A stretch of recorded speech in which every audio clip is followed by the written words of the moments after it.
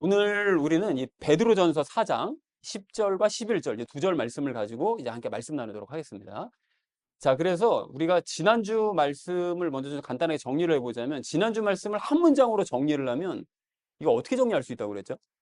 우리가 서로 간에 어떻게 해야 된다. 서로 간에 우리가 원한을 품지 말고 상대방을 받아주되, 그죠? 받아줘야 된다고 그랬죠? 받아주되 어떻게 하라고요? 받아주는 것을 넘어서 서로 어떻게 해야 된다? 서로 사랑해야 된다. 라는 얘기를 우리가 이거 한 문장으로 이렇게 요약할 수 있다고 그랬습니다. 자, 그런데 이렇게 되기 위해서는 무엇부터 받아야 된다고요? 우리가 무엇을 받아야 된다? 성령님을 받아야 된다고 그랬죠. 이게 답이 없으면 우리가 또 이게 그죠? 막 헷갈리죠, 막 그냥 갑자기 문제 형식이 바뀌어가지고. 자, 그래서 성령님 세례를 먼저 받아야 되는데, 그리고 상대방에게 우리가 어떤 마음을 가질 때 사랑하는 마음을 가질 수 있다. 상대를 불쌍히 여기는 마음을 가지면 서로 이제 사랑하는 그런 마음을 가질 수 있게 된다. 그렇게 해도 근데 사랑 실천이 안 될 수가 있죠. 그죠? 그래서 우리가 그렇게 성령님 세례를 받았음에도 불구하고 또 상대를 불쌍히 여기는 마음을 가짐에도 불구하고 이게 잘 안 될 수가 있는데, 그때 우리가 기억해야 될 말씀이 있다고 그랬죠. 예수님께서 나를 따라오려면은 너희는 이렇게 해야 된다. 어떻게? 자기를 부인하고 자기 십자가를 지라는 그런 말씀을 우리가 기억해야 된다고 그랬습니다. 그러니까 나는 사랑할 수 없습니다. 근데 예수님께서 사랑하게 만들어 주실 것을 믿습니다. 라는 것을 고백해야 된다고 그랬죠. 자, 그래서 이것을 거꾸로 이제 되짚어서 그냥 정리해 보면 이렇게 됩니다. 자기를 부인하고 자기 십자가를 이제 져야 성령님 세례를 받을 수도 있고 상대를 불쌍히 여기는 마음을 가질 수도 있는 거죠. 그래서 원한을 품지 않고 받아주면서 서로 사랑을 하는 이런 지경으로 나아갈 수 있게 된다라는 것이 이제 지난주 말씀이었어요. 그리고 이렇게 이제 하게 되면 우리가 또 사랑하게 되면 성령의 열매를 맺을 수 있게 되고요. 성령의 열매의 가장 첫 번째 열매가 사랑이니까 사랑으로 나머지 열매들이 맺어지는 거니까. 그리고 또 죄의 열매는 덮을 수 있고요. 그리고 예수님께서 우리를 위해 일해 주시는, 내가 할 일을 서로 사랑하라는 그 말씀을, 내가 할 일을 열심히 해 나가면 예수님께서는 나를 위해서 또 일을 해주시는 거죠. 그걸 우리가 체감을 할 수 있다. 그래서 이제 오늘 말씀은 여기 지난주 말씀 여기에 더해서 좀 더 구체적인 실천 방법에 대해서 말씀을 하십니다. 그래서 자신이 받은 은사를 이용을 해서 사랑을 실천을 하되, 지난주처럼 사랑을 실천하되 예수님과 함께 행해야 된다. 요것을 말씀하는 게 이번 주 내용이라는 거예요. 요거를 이제 아시는 상태로 이번 주 주제를 이렇게 잡았는데요. 예수님과 함께 은사로 섬기자라는 것을 주제로 이제 각절 말씀 우리 나누도록 하겠습니다. 먼저 10절 말씀 다시 한번 함께 읽겠습니다. 하나님의 다양한 은혜를 맡은 선한 청지기들로서 각인이 은사를 받은 대로 그처럼 서로를 그 은사로 섬기라, 이렇게 말씀하시죠. 근데 여기 은혜라는 말이 나오잖아요. 그러면 여기 은혜라는 말이 우리가 흔히 많이 알고 있지만 동화에도 뭐 은혜 갚은 까치 뭐 이런 거 많이 나오죠. 근데 그 은혜가 뭐죠? 은혜는 사실 선물입니다. 선물. 그 쉬운 말로 얘기하면. 근데 여기서는 요 은혜라는 말이 하반절의 은사라는 말과 같아요. 같은 뜻으로 요 은혜라고 그냥 썼습니다. 그러면 은사는 뭐냐? 은사는 뭐냐면 하나님께서 우리에게 주시는 재능입니다. 그것도 선물이죠. 영적인 재능, 또는 영적인 재능 아니더라도 내가 잘할 수 있는 거, 남들보다 잘하는 거, 요런 재능을 주신 것을 이제 은사라고 그래요. 자, 그래서 그리스도인에게 가장 큰 선물은 당연히 예수님이시죠. 예수님이 우리 안에 오신 게 가장 큰 선물입니다. 우리에게 주어진. 그런데 예수님께서 우리 안에 오시면 고유한 은사를 드러내게 해주세요. 예수님이 우리 안에 들어오시면서 너의 재능은 이거다 라고 이제 그걸 밝히 보여주신다는 거죠. 드러나게 만드십니다. 그래서 그 재능이 무엇인지를 본인이 발견할 수 있고 깨달아야 되는 거예요. 자, 그래서 은혜를 맡은 선한 청지기들로서라고 얘기하시는데, 그 예수님께서 이렇게 은사를 주신 그 은사를 이제 발휘를 할 때는 청지기로서 행하라는 거예요. 근데 청지기가 뭐죠? 청지기는 주인의 재산을 맡아서 관리하는 사람을 청지기라고 그러잖아요. 그러니까 바로 그겁니다. 그러니까 은사는 내 것이 아니라 주인 거라는 거예요. 그러니까 내게 주신 은사, 내게 주신 재능도 사실은 내 게 아니라 원래는 예수님 거죠. 예수님 건데 잠깐 나한테 맡겨주신 거예요. 그래서 너가 이거를 가지고 내 거를 가지고 행해봐라 라고 맡겨주신 건데, 그것을 주인이 집행하라는 대로 행해야 되는 거죠. 그 내 은사를 내 마음대로 쓰는 것이 아니라 예수님께서 하라시는 대로 집행해서 행해 나가야 된다라고 이제 말씀을 하십니다. 그리고 은사를 받은 대로 그처럼 서로를 은사로 섬기려는 거야. 은사가 없는 상태로 억지로 섬기려고 그러지 말고 예수님께서 우리에게 주신 은사를 가지고 그 은사를 10분 발휘해서 사람들을 섬기는 일에 사용하면 된다는 거예요. 그게 이제 오늘 말씀입니다. 자, 그래서 10절의 의미를 이렇게 정리할 수가 있겠는데요. 하나님의 다양한 은사를 맡은 선한 청지기들로서 각 사람이 받은 은사를 가지고 서로를 섬기도록 해라. 이게 지난주에 얘기했던 사랑 실천의 한 방법이죠. 서로 사랑을 실천해야 되는데 그렇게 서로 사랑을 실천할 때 섬기라는 거예요. 어떻게? 내가 가진 은사를 가지고 상대방을 섬기라는 거죠. 서로가 서로를 각자가 받은 은사가 틀리니까 그걸 가지고 서로를 섬겨야 된다라고 말씀하고 있습니다. 자, 이어진 11절 말씀 함께 읽도록 하겠습니다. 만일 어떤 사람이 말하거든 그는 하나님의 신탁의 말씀들 같이 말할지니라.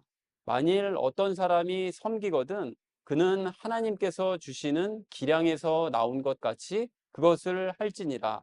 이는 하나님께서 모든 것들 안에서 예수 그리스도를 통하여 영화롭게 되시도록 하려 함이니 그분께 찬송과 통치권이 영원 무궁토록 있기를 바라노라. 아멘. 이렇게 돼 있죠. 자, 긴데요. 여기 만일 어떤 사람이 말하거든요. 근데 예를 든 겁니다. 은사를 주시는데 예를 들어서 말을 하는 은사를 누가 이제 받았어요. 그래서 가령 예를 들면 설교를 한다든지 아니면 전도를 한다든지 아니면 뭐 상담을 한다든지 아니면 권면을 한다든지 이런 말을 하는 은사를 이제 받았거든. 신탁의 말씀, 그러니까 우리 식대로 표현하면 대언의 말씀입니다. 그러니까 하나님의 계시를 말하는 것처럼 말을 하라는 거예요. 그러니까 상대방에게 내가 말하는 은사를 받아서 얘기할 때 하나님께 계시를 받은 사람처럼 말을 하라는 거예요. 담대하게.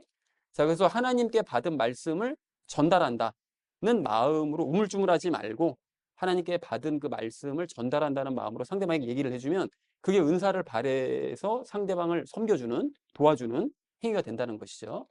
자, 그런가 하면 어떤 사람이 섬기거든이라고 얘기하는데 이게 직분자로서 자기가 섬기는 은사, 즉 아까는 앞에는 말을 하는 은사를 하면 이건 이제 행하는 은사에 가까운 거죠. 봉사를 하든 남을 돌보든 동행을 해주는 뭐 일을 하든 뭐 이런 일들을 하게 될 때 몸을 움직여서 섬기는 일을 하게 될 때는 하나님께서 주시는 기량에서 나온 것처럼, 즉 하나님께서 주시는 능력을 행하는 것처럼 능력을 행한다고 생각하고 행하라는 거예요. 즉 예수님과 함께 행하는 마음으로 행해야 된다는 거죠. 예수님께서 나를 행하게 하심을 따라서 담대하게 행해서 그를 열심히 도와주고 또는 같이 돌봐주고 함께 동행해주고 하는 일들을, 몸으로 움직이는 일들을 행해야 된다라고 이제 예를 들고 있습니다. 자, 그래서 하나님께서 모든 것들, 즉 말과 행동의 은사를 비롯한 그 외의 모든 은사들, 그거를 행할 때 예수 그리스도를 통해야 된다는 거예요. 그러니까 모든 은사는 다 예수님을 통해서 행해야 된다는 거예요. 예수님께서 다 개입하십니다. 모든 은사를 예수님께서 주셨기 때문에 그 예수님께서 각 은사마다 개입하셔서 행하게 하심을 따라 이제 행해 나가는 거죠. 자, 그렇게 될 때 하나님이 이제 영광을 받게 하신다는 거예요. 은사로 그렇게 섬기는 사람들은 예수님과 함께 행해서 하나님을 영화롭게 영광을 돌리는 일을 행해야 된다. 그래서 찬송과 영광이 하나님께 있기를 바란다라고 얘기하죠. 자, 11절을 이렇게 정리할 수가 있겠는데 어떤 사람이 말의 은사를 받았다면 하나님의 계시를 말하는 것처럼 말을 하고 또 행함의 은사를 받았다면 하나님의 능력처럼 그걸 행하도록 해라. 그래서 이는 모든 은사를 예수님과 함께 행해서 하나님을 영화롭게 하려는 것이 이게 목적이다. 그래서 하나님께 찬송과 통치권이 영원 무궁이기를 바란다. 라고 영광을 돌렸다는 것이 11절의 의미가 되겠습니다. 어떤 내용인지 대충 이해들이 가시죠? 자, 그래서 이제 말씀을 이렇게 정리해 볼 수가 있겠는데 하나님의 다양한 은사를 맡은 선한 청지기들로서 각 사람이 받은 은사를 가지고 서로를 섬기도록 해라. 내게 주신 은사를 가지고 서로를 섬겨라.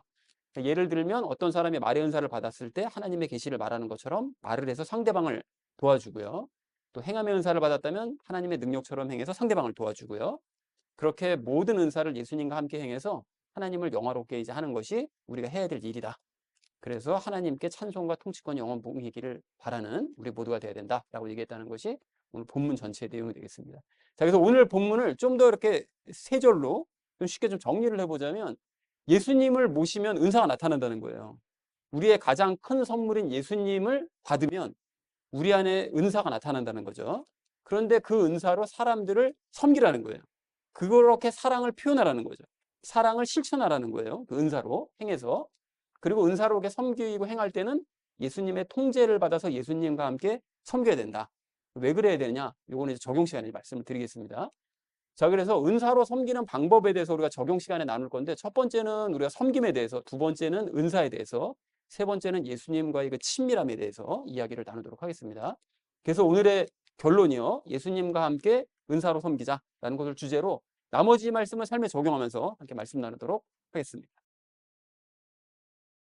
예수님과 함께 은사로 섬겨야 될 우리가 오늘 첫 번째로 함께 나눌 말씀은 시키시는 대로 말하고 행하자는 것입니다. 여러분 그 오늘 본문 전체 내용은 10절 마지막 부분에 있는 말씀처럼 남을 섬기는 것에 대한 말씀입니다. 그 내용이에요. 남을 섬기는 것. 그래서 지난주에 말씀하셨던 그 서로 사랑하라.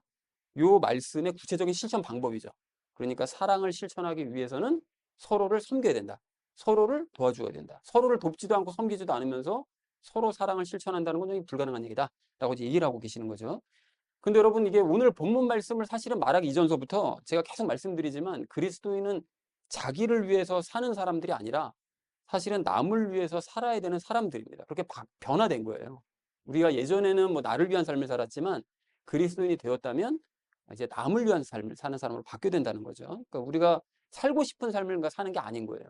살고 싶은 삶을 사는 게 아니라 예수님께서 원하시는 삶을 살아야 된다는 거죠. 그래서 오늘 본문 말씀처럼 너희가 서로를 섬겨라. 그러면 그런 삶을 살아야 되는 거예요. 당장 그게 안 된다 할지라도 앞으로라도 예수님을 따라서 그런 삶을 살아야 된다는 거죠. 왜 그래야 되냐? 왜 그래야 되냐면 예수님께서 죽은 나를 살리신 이후에 나의 인생의 삶의 주인이 되셨기 때문에 우리는 주인이 시키시는 대로 행하며 살아야 된다는 거죠. 이제 그런 의미에서 그 지난주에도 예를 들어서 어떤 12사도들 있잖아요. 그 12사도들 보면 성령님 세례 받기 전에는 자기들이 살고 싶은 대로 살았습니다. 뭐 동료들끼리 서로 막 쌈박질하고 그냥 누가 더 크냐, 네가 더 크지, 내가 더 크지 막 그리고 어떻게 하면 장관 자리 하나 그냥 얻어서 빼먹을 수 있을까 이런 것만 생각하며 살던 사람들이었어요. 그런데 성령님 세례를 받게 된 이후에는 더 이상 자기가 살고 싶은 대로 삶을 살지 않고 예수님께서 원하시는 삶을 살더라는 거죠. 바울도 마찬가지죠. 바울도 예수님을 믿는 그리스도인들을 이단으로 자기가 멋대로 규정했잖아요. 저것들은 이단이다. 그래가지고 그 사람들을 핍박하고 죽이고 막 괴롭히고 이걸 인생의 나으로 알고 살던 사람이었어요. 근데 그랬던 사람이 성령님 세례를 받은 이후에는 철저하게 예수님께서 살라고 하시는 삶을 삽니다. 전도 가라고 그러시면 가고요. 그리고 너가 핍박받을 건데 그래도 예루살렘으로 들어가야 돼. 목숨의 위협도 좀 있을 수는 있지만 들어가야 돼. 들어갑니다. 로마로 너 가야 될 것 같아. 갑니다. 그냥 가라시는 대로 하라시는 대로 행하는 삶을 사는 거예요. 그렇게. 그러니까 이런 모습이 그리스도인들이 살아야 될 삶의 모습이고 바로 우리도 그런 모습으로 살아야 된다는 것이죠. 그게 그리스도인입니다, 여러분. 그리고 그렇게 살기 위해서는 기본적으로 어떻게 해야 되느냐. 내가 말하고 행하는 것서부터 예수님께서 시키시는 대로 행할 수 있어야 되는 거예요. 그게 시작입니다, 여러분. 그래서 여러분 11절 하반절 말씀을 보실까요? 이렇게 보시면 모든 것들을 행할 때 하반절 시작 부분을 보시면 모든 것들을 행할 때 누구를 통해서 하라고요?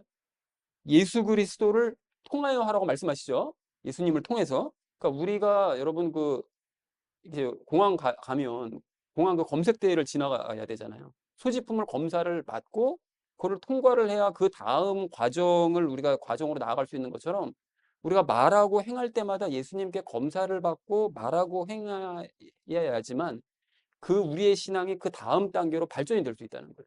그 시작서부터 못하면 그 다음 단계로 발전이 될 수가 없습니다. 이걸 습관화시켜야 된다는 거예요. 그리고 이걸 습관화시킨 사람은 시간이 좀 한참 걸리긴 하는데 예수님께 검사 받고 말하고 행하는 것이 이게 쉽진 않아서 이게 좀 시행착오도 거치고 좀 쉽진 않지만 시간도 걸리지만 그런 과정을 계속 걸쳐서 습관화시키는 사람은 결국은 예수님처럼 말하고 행동하는 사람이 될 수 있다는 거죠. 자, 그러면 예수님께 검사를 받아서 이렇게 말하고 행하는 습관을 이제 시작을 하려면 어떻게 할 수 있느냐? 신앙이 우리가 어린 사람이 있고 신앙이 좋은 사람이 있고 이렇잖아요. 신앙의 단계가 있다고 성경에서도 말씀하시니까. 신앙이 어린 사람들은 어떻게 하면 좋은가 하면 예수님께서 나와 함께 계신다는 사실을 기억하면서 말하고 행하면 됩니다. 즉 예수님께서 나와 함께 계신다는 것을 인식하면서 말을 하면 말을 함부로 못 하겠죠.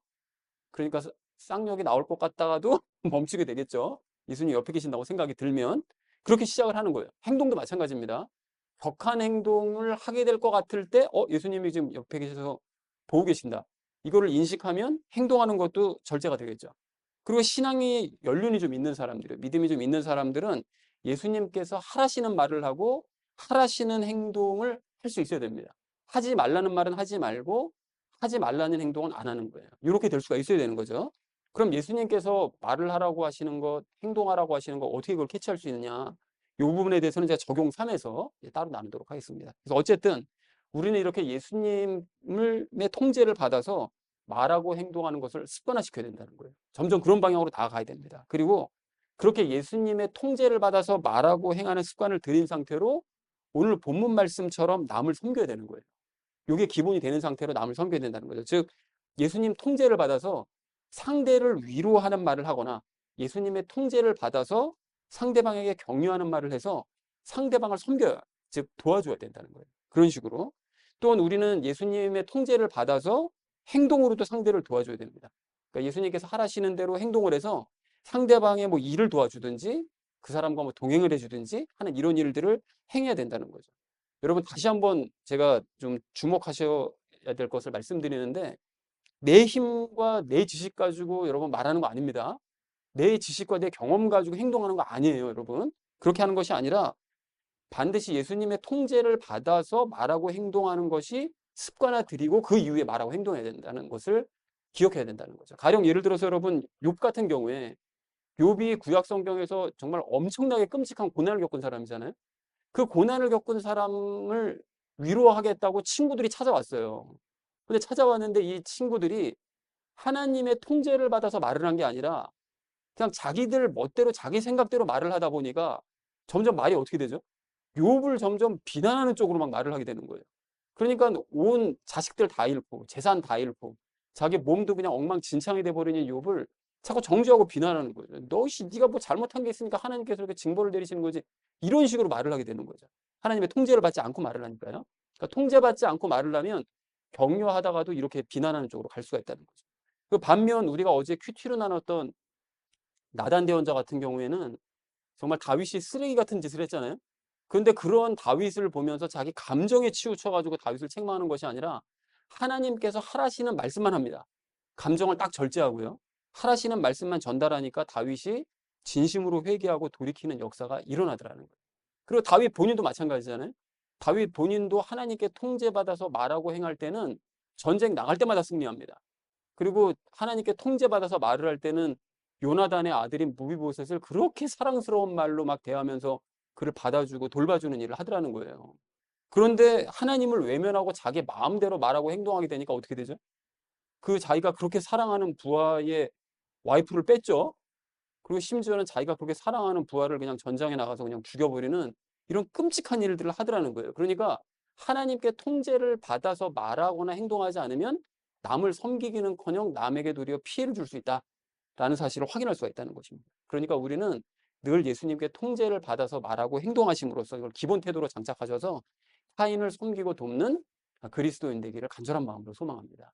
자, 그래서 사랑하는 우리 나눔 있는 교회 성도님들 모두는 나를 위한 삶보다는 남을 위한 삶을 사시기 바랍니다. 남을 섬기자는 거예요. 그러나 그렇게 섬기실 때 내 마음 내키는 대로 섬길 것이 아니라 예수님께서 시키시는 대로 말하고 행함으로써 다른 사람들을 섬기시고, 그래서 하나님의 기쁨이 되시는 저와 여러분 되시기를 주님의 이름으로 간절히 축원을 드립니다. 예수님과 함께 은사로 섬겨야 될 우리가 오늘 두 번째로 나눌 말씀은 주신 은사로 섬기자는 것입니다. 주신 은사로 섬기자. 여러분 적용이 이래서 우리가 방금 좀 전에 남을 섬기되 예수님께서 이제 시키시는 대로 섬겨야 된다 이렇게 얘기를 했었죠. 근데 문제는 그렇게 이제 하려다 보니까 마음이 좀 부담스럽기도 하잖아요.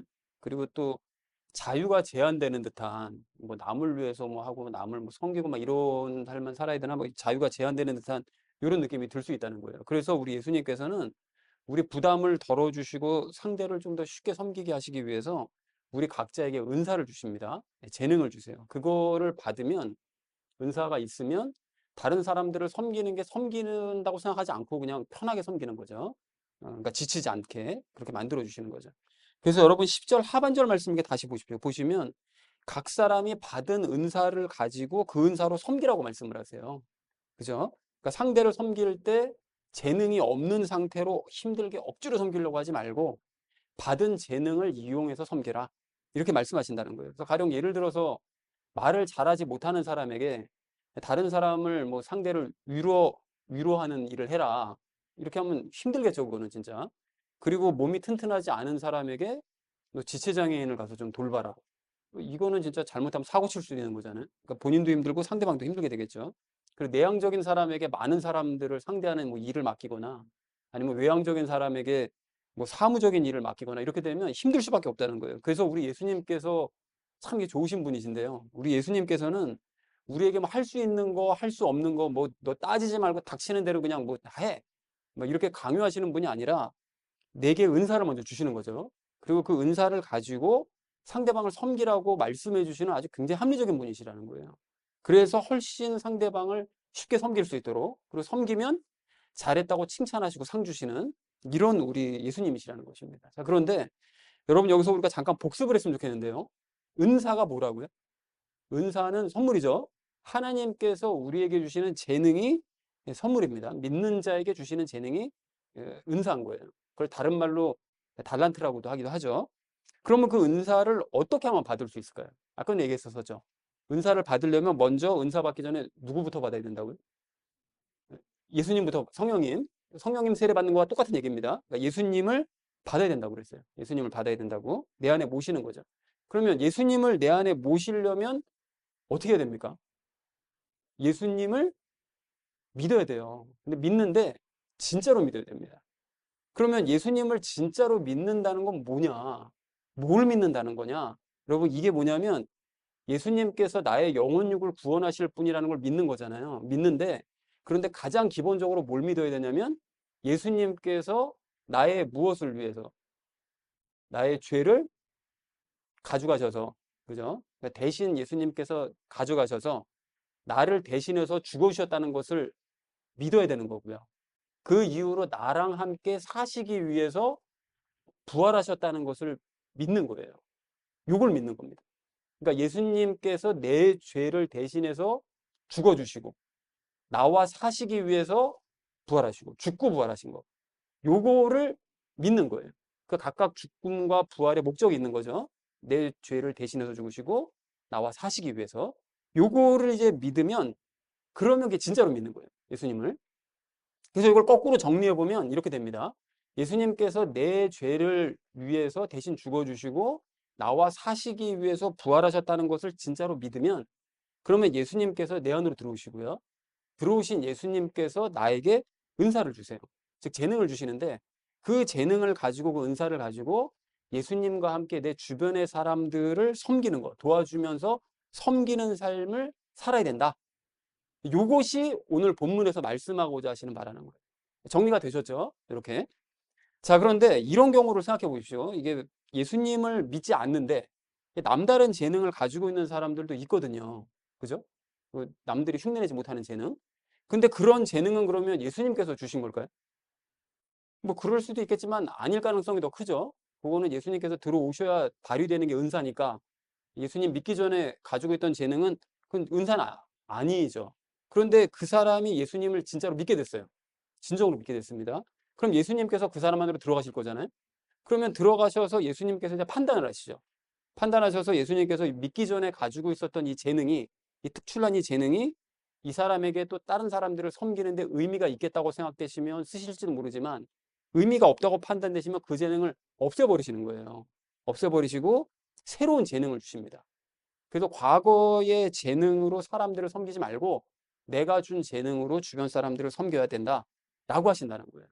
그래서 가령 저 같은 경우에 좀 고백하기 좀 부끄럽긴 하지만 그 예전에는 노는 것으로 주변 사람들을 기쁘게 했었거든요. 그래서 이렇게 뭐 마시고 이렇게 놀고 이렇게 할 때 춤추고 노래하고 하는 뭐 이런 것들. 그래서 그런 것들로 주변 사람들을 기쁘게 한 적이 있었었는데 그러니까는 예수님을 믿고 난 이후에 한동안 술만 마시면 이것들이 막 전화를 해가지고서는 뭐 나오라고 막 이런 적이 있었다는 거예요. 근데 그런 것들이 사실은 뭐 지금은 상상이 지금은 안 가시겠지만 어쨌든 그런 일이 있었습니다. 근데 예수님을 믿은 이후에는 예수님께서 그런 재능은 당연히 이게 쓸모가 없는 재능이잖아요. 그러니까 그런 재능은 없애시는 거죠.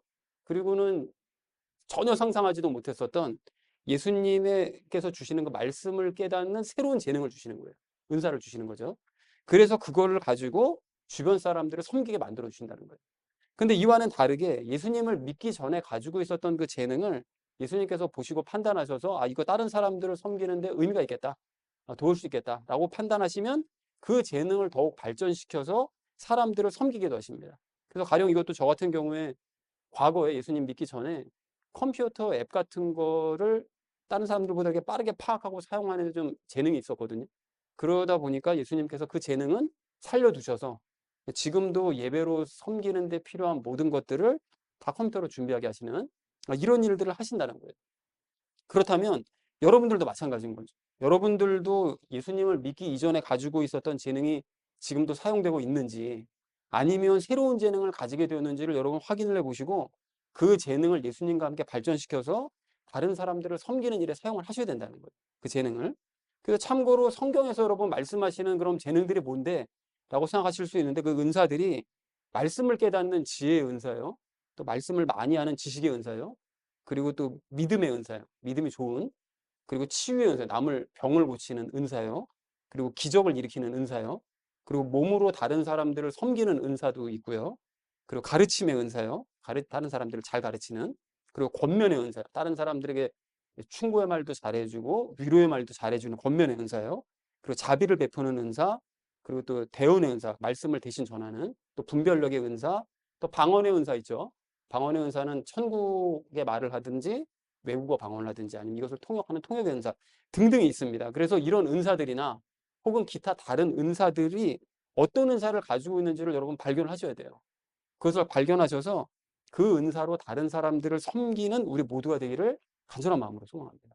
정말 이거를 그냥 여러분 계속 몇 번 말씀드렸잖아요. 은사를 빨리 발견하셔서 다른 사람들을 섬기는 일에 사용하셔야 됩니다.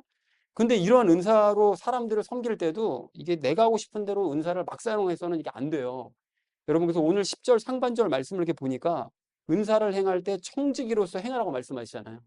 그러니까 청지기는 주인이 맡은 것을 주인의 뜻대로 집행하는 사람이 청지기이기 때문에 예수님께서 맡겨주신 은사를 예수님의 뜻대로 집행해야 되는 거죠. 그러니까 적용 1에서 예수님께서 시키시는 대로 말하고 행동해야 된다고 그랬는데 은사도 똑같다는 거예요. 그래서 만약에 은사를 시키시는 대로 쓰지 않고 자기 마음대로 쓴다, 그러면 잘못하면 망할 수가 있습니다. 가령 대표적인 인물이 누굴까요?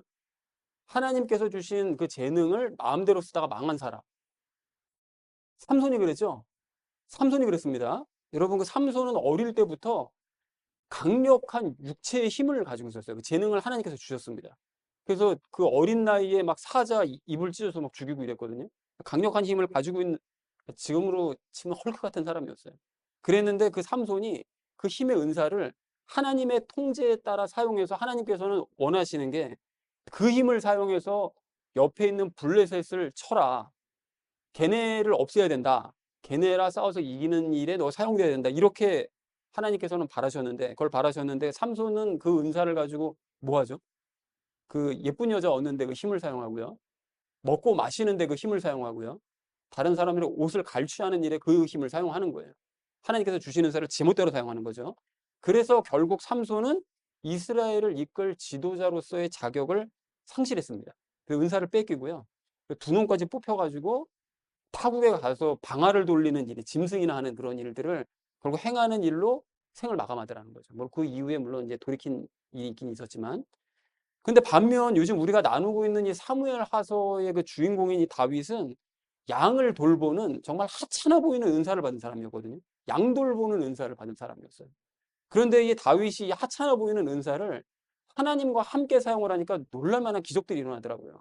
어떤 일이 일어났습니까? 이 다윗이 양들을 좀 더 잘 돌보려고 그 가끔 그 곰이나 사자들이 와가지고 양들을 물어가잖아요.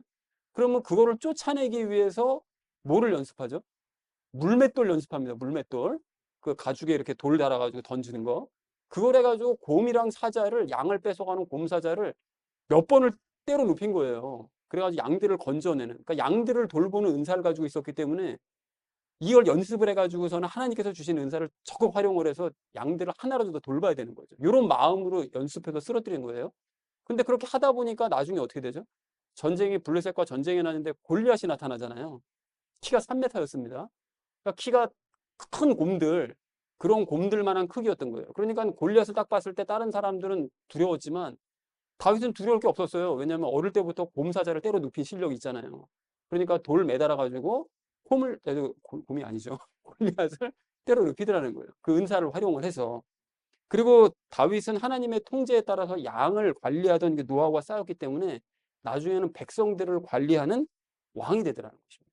그러니까 가장 작은 일과 가장 작은 재능이었지만 그것을 하나님의 통제에 따라서 행하다 보니까 큰 일에 사용되는 체험을, 그 기적을 체험하더라는 거예요. 그러니까 우리 사랑하는 우리 나눔 믿는 교회 성도님들 모두도 사람들을 섬기시되 은사를 가지고 섬기시기 바랍니다. 섬기시는데 여러분 그 은사를 발휘하실 때 삼손처럼 내 마음대로 쓰려고 하지 마시고 재능을 발견하시더라도요. 마음대로 쓰려고 하지 마시고 다윗처럼 하나님의 통제를 받아서 사용하시기 바랍니다. 즉 예수님께 허락받고 예수님께 기도하면서 그 은사를 계속 발휘하고 발전시켜 가시라는 거예요. 그렇게 하셔서 사람들을 부담 없이 섬기시고 11절 말씀처럼 하나님을 영화롭게 하시는 저와 여러분 되시기를 주님의 이름으로 간절히 축원을 드립니다. 자, 예수님과 함께 은사로 섬겨야 될 우리가 마지막 세 번째로 나눌 말씀은 예수님과 친해지자는 것입니다. 여러분 우리가 앞에서 그 나눴던 이 내용들은 뭐 행해도 그만 안 행해도 그만 이런 것들이 아닙니다. 여러분 반드시 행해야 될 것들이에요. 뭘 행하라고 그랬죠? 남을 섬기되 예수님께서 주신 은사를 가지고 예수님의 통제를 받아서 섬겨야 된다. 그죠? 요거는 반드시 행해야 되는 거예요. 반드시. 그러려면 가장 먼저 예수님을 바르게 믿어서 예수님을 모시기부터 해야 되겠죠. 그래야 예수님께 은사도 받고 그 은사를 가지고 예수님께 통제받으면서 부담 없이 이제 다른 사람들이 섬길 수 있다는 거예요. 그래서 이러한 과정이 복잡한 것처럼 들리지만 사실은 예수님을 내 안에 모시면 예수님께서 내 안에서 알아서 이 모든 일들을 자연스럽게 행해 나가세요. 그러니까 예수님을 모시는 게 참 중요합니다. 그래서 예수님과 함께 사람들을 섬기면서 예수님과 더 친해지고 예수님을 닮아가는 우리 모두가 되기를 소망을 합니다. 자, 그러니까 이렇게 얘기를 나누고 나니까 예수님이 참 중요한 분이구나라는 사실을 알 수가 있어요. 그렇잖아요? 예수님을 안 믿으면 일단 구원부터 못 받겠지만 예수님 안 믿으면 예수님을 모시지 않으면 은사도 받을 수 없고요. 은사를 못 받으면 남 섬기는 도 당연히 못 하겠죠. 통제받는 일은 그건 당연한 얘기고요. 그래서 속히 예수님을 내 안에 모시고 예수님과 친해져야 되는데 그러려면 구체적으로 어떻게 해야 되느냐? 어떻게 하라고 그랬습니까? 예수님을 내 안에 모시려면 예수님을 진짜로 믿어야 된다고 그랬잖아요. 그런데 진짜로 믿으려면 어떻게 되냐는 거예요. 여러분 그래서 방법을 말씀드립니다. 이게 우리 교회가 항상 친절하잖아요. 말씀과 기도예요, 여러분. 말씀과 기도. 구체적인 방법이. 말씀을 읽고 기도하셔야 된다는 거예요. 그런데 건성으로 말씀 대충 읽고 대충 기도하는 신용만 해서는 예수님을 진짜로 믿을 수가 없습니다. 안 돼요, 여러분. 예수님을 정말로 만나고 싶고 정말로 예수님을 내 안에 모시고 싶다는 절박한 마음을 가지고 말씀을 읽고 기도하셔야 된다는 거예요. 여러분 그렇게 하면 어느 순간 예수님께서 나를 만나 주십니다. 만나 주시고 예수님께서 내 죄를 가져가 주셨다는 것을, 그리고 예수님께서 나와 함께 사신다는 것을 정말로 믿게 돼요. 그렇게 되면 예수님이 내 안으로 들어오십니다. 들어오시는 것도 깨닫게 해주세요. 그래서 이에 대한 자세한 원리는 우리가 히브리서 말씀을 나눌 때 타임이 나눴거든요. 나눴는데 그 원리를 모른다 할지라도 하나님께서는 예레미야 29장 13절에서 이렇게 말씀하셨어요. 너희가 너희의 마음을 다하여 나를 찾을 때 너희는 나를 구할 것이요 나를 발견하리라. 그러니까 너희가 절박한 심정으로 말씀을 읽고 기도하면서라고 제가 방법 말씀드렸잖아요. 말씀을 읽고 기도하면서 하나님께 만나달라고 간절한 마음으로 구하면 하나님을 발견할 수 있다는 거예요. 만나 주신다는 거죠. 살아가는 삶의, 걸어가는 삶의 구간의 어느 순간에 하나님께서 그 앞에 서셔서 나를 만나 주신다는 거예요. 그렇게 됩니다. 그리고 신명기 4장 29절에서 똑같은 말씀을 하세요. 만일 내가 거기서 주 너의 하나님을 찾는다면 네가 그분을 발견할 것이요 만일 내가 너의 마음을 다하고 너의 혼을 다하여 그분을 찾는다면 그분을 발견하리라. 그러니까 예레미야 말씀과 똑같잖아요. 그러니까 이렇게 예수님을 찾으면, 간절하게 구하고 찾으면 그분께서 만나 주신다는 거죠. 그리고 이렇게 예수님을 근데 미리 믿어가지고 이미 믿어서 예수님을 모신 사람들 있잖아요. 이런 사람들 같은 경우도 말씀 읽기와 기도를 계속하면 예수님과 더욱 친해질 수 있습니다. 그리고 그렇게 되면 점차 예수님께서 말하게 하심을 따라 말하게 되고 행하라 하시는 것을 행하게 된다는 거죠. 자, 그런데 거꾸로 말씀을 읽지 않고 기도도 안 해. 그러면 그런 사람들은 어떻게 될까요? 예수님을 진짜로 믿을 수가 없는 거죠. 그냥 예수님을 알기만 할 뿐이에요. 남들이 얘기하는 예수님에 대해서 알기만 할 뿐이기 때문에 예수님을 진짜로 믿을 수가 없고 믿지 못하니까 예수님께서 그 사람 안으로 들어가실 수가 없고 들어오시지 못하니까 당연히 은사가 나타날 수도 없고 나타나지 않으니까 예수님과 친해질 수도 없고 사람을 섬기지도 못하죠. 섬기기는커녕 통제를 못 받으니까 그냥 오직 그냥 자기를 위한 삶만 열심히 살아가는 이런 사람이 될 수밖에 없다는 것입니다. 그래서 그런 경우에는 재능이 있어도 삼손처럼 삶의 고통이 가득한 삶을 살 수밖에 없게 되는 거예요. 자, 그러니까 여러분 예수님을 반드시 모셔야 되는데 모시려면 뭐부터 하라고요? 성경 읽으셔야 됩니다. 여러분 아무리 바쁘시더라도 시간을 내셔야 돼요. 아무런 희생도 없이 그 거룩하신 분이, 전 우주를 총괄하시는 그분이 나를 만나 주실 리는 없습니다. 나는 아무런 희생 안 하고 그냥 가만히 있어도 예수님이 내게 삶에 오셔가지고 나 만나 주셨으면 좋겠어요. 그런 일은 일어나지 않아요. 절대 일어나지 않습니다, 여러분. 희생도 없이 그런 일은 일어나지 않아요. 절대 가까워질 수 없습니다. 그러니까 시간을 내셔서 성경을 읽으시기 바랍니다. 그리고 그 시간은 아침이 됐든 저녁이 됐든 뭐 하루의 중간이 됐든 시간을 정해놓고 내가 이 시간만큼은 성경을 읽는 시간으로 정해놓겠다. 5분이라도 좋습니다. 3분이라도 좋아요. 뭐 10분이라도 좋습니다. 그 시간을 내서 난 성경을 읽겠다. 시간을 정해놓으시는 거예요. 그리고 예전에도 말씀드렸던 것처럼 성경을 읽으실 때는 창세기부터 요한계시록까지 순차적으로 읽으시는 게 제일 좋습니다. 근데 만약에 읽다가 뜻을 모르겠는 부분이 나올 수가 있잖아요. 그러면 그런 뜻을 모르겠는 부분이 나오면 뜻을 알려고 막 고민하지 마세요. 고민하지 마시고 그냥 넘어가시면 됩니다. 넘어가시면 나중에 저절로 깨달아져요. 그런데 여기서 넘어가라는 말은 그 구절 통째로 한 뭐 한 두세 단락 정도 되는 부분을 이게 다 이해를 못하겠다. 아예 읽지 말고 넘어가라는 뜻이 아닙니다.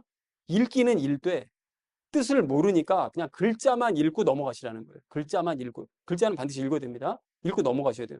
왜 우리가 그런 허튼 짓을 해야 되느냐? 아니, 글자 뜻도 모르는데 글자 읽어서 뭐 할 거예요?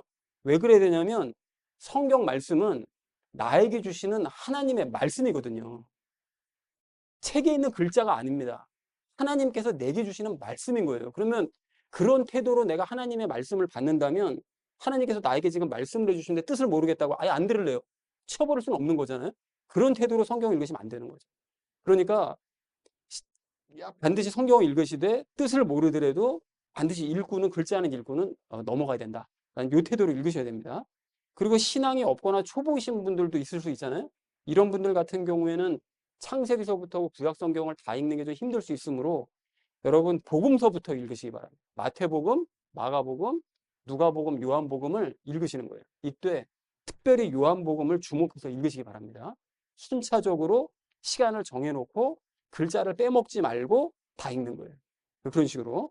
그리고 그렇게 성경을 읽을 때 또 중요한 것이 있는데 읽기 전에 기도하셔야 돼요. 이게 무슨 뜻인지 하나만이라도 깨닫게 해달라고 기도하면서 성경을 읽으셔야 됩니다. 성경을 읽고 성경을 통해서 저에게 혹시 하실 말씀이 있으면 이 성경을 통해서 저에게 말씀해 주시기를 원합니다 라고 기도하고 성경을 읽으시는 거예요. 그렇게 꾸준하게 말씀을 읽고 기도하시면 놀라운 결과가 일어납니다. 놀라운 일이 일어나요. 삶 가운데. 그리고 그렇게 살다 보면 예상치 못한 일을 만날 때가 있잖아요. 또는 당황스러운 일을 만날 수가 있습니다. 급박한 일이 생길 수가 있어요. 정말 예수님이 해결해 주셔야만 할 것 같은 이런 일이 생길 때가 있단 말이죠. 근데 그런 일이 생기면 정말 믿음이 정말 필요한 바로 그 순간이 생길 때 힘들어도 여러분 어떻게 될까요? 그럴 때 어떻게 하죠, 여러분? 막 당황하니까 막 이거 뭐 어떻게 해야 돼? 막 내가 해결해 보려고 막 하잖아요. 여러분 그래서 고기 단계를 넘어서 기도하시는 분들도 계시는데 여러분 요때 힘들더라도 내가 지금 읽고 있는 성경이 있잖아요. 매일 읽어야 된다고 그랬으니까 읽고 있는 성경에 이어서 한 장이라도 짧게 읽으세요. 그럼 힘든 일이 생길 때 시간을 내서 당황했지 급박해 죽겠는데 지금 성경 읽을 시간이 아니에요. 그때 시간을 내서 한 장이라도 더 짧게 읽으셔야 됩니다. 신앙 초보분들은 복음서를 짧게라도 한 장 더 읽으셔야 돼요. 그리고 기도를 하시되 지금 읽은 이 성경 말씀을 통해서 제가 겪고 있는 이 상황에 대해서, 이 당황스러운 이 상황에 대해서 설명을 해 주십시오. 이 상황이 무슨 상황인지 저를 깨닫게 해 주십시오. 라고 기도하셔야 되는 거예요. 그리고 무엇보다 예수님이 필요하다고, 믿음이 필요하다고, 이 말씀을 통해서 저에게 믿음을 달라고 여러분 기도하면서 성경을 읽으셔야 됩니다. 당황스러울수록 그렇게 하셔야 돼요. 그렇게 급박한 상황 중에도 말씀 읽기와 기도하기를 습관하셔야 된다는 거예요. 항상 말씀과 기도는 내 삶 가운데 이제 장착하고 간다. 이 마음으로 사셔야 됩니다. 그래서 절박한 상황일수록 더 간절한 마음으로 말씀을 읽고 기도하셔야 된다는 거예요. 그렇게 되면 어떻게 될까요? 무슨 일이 일어날까요? 처음에는 아무 일도 일어나지 않습니다. 그렇잖아요. 내가 예수님을 뭐 언제 만났다고, 언제 알았다고, 예수님이랑 내가 뭐 언제 친했다고. 당연히 예수님께서 나에게 말씀해 주지 않으세요. 처음서부터. 그렇지만 포기하지 않고 계속해서 그 일을 행해 나가면 말씀과 기도가 쌓여갑니다. 그리고 쌓여가면 예수님과 친해지게 되고요.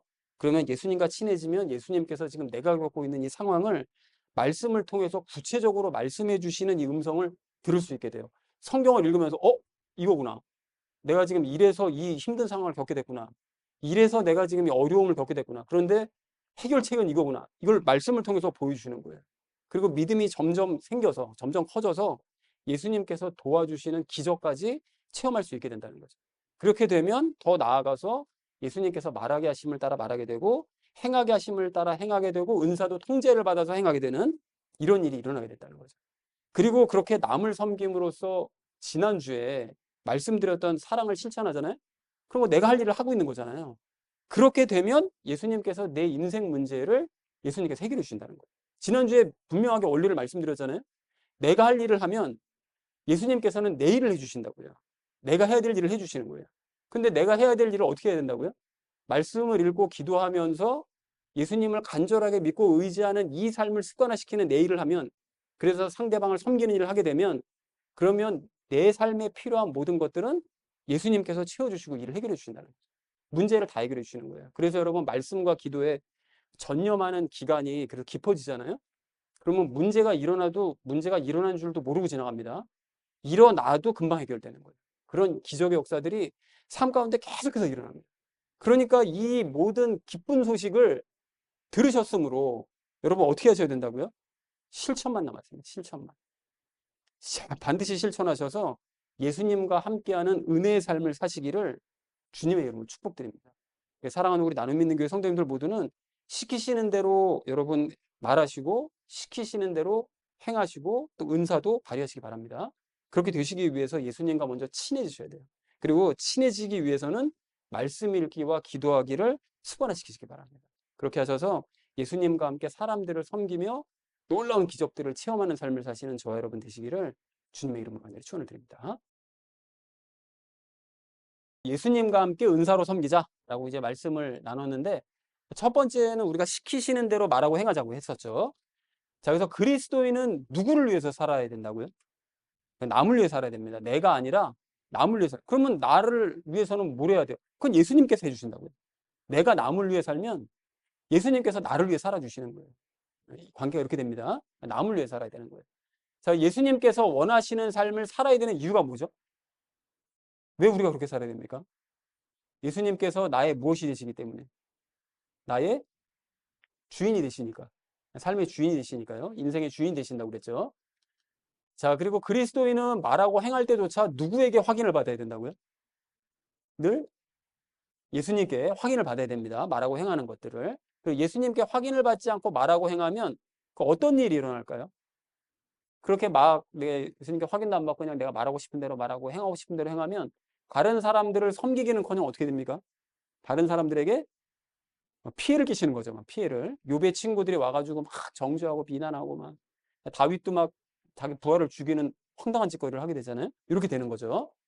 자, 그래서 하나님께서 시키시는 대로 말하고 행하다가 어느 순간 제멋대로 말하고 행했던 인물이 있었죠. 방금 얘기했던 누굽니까? 다윗이죠, 다윗. 다윗이 이렇게 충성되게 잘하다가 어느 순간 제멋대로 말하고 행하게 됐죠. 자, 그래서 남을 섬기되 예수님께서 시키시는 대로 말하고 행함으로써 상대방을 섬기는 우리가 되자라는 얘기를 첫 번째로 나눴습니다. 자, 우리 두 번째로 나눴던 말씀이 주신 은사로 섬기자고 그랬죠. 예수님께서는 섬김을 쉽게 행하게 하시기 위해서 우리에게 뭘 주신다고요? 은사를 주십니다. 우리에게 선물을, 재능을 주시는 거예요. 자, 은사가 뭐라고요? 방금 얘기했네요.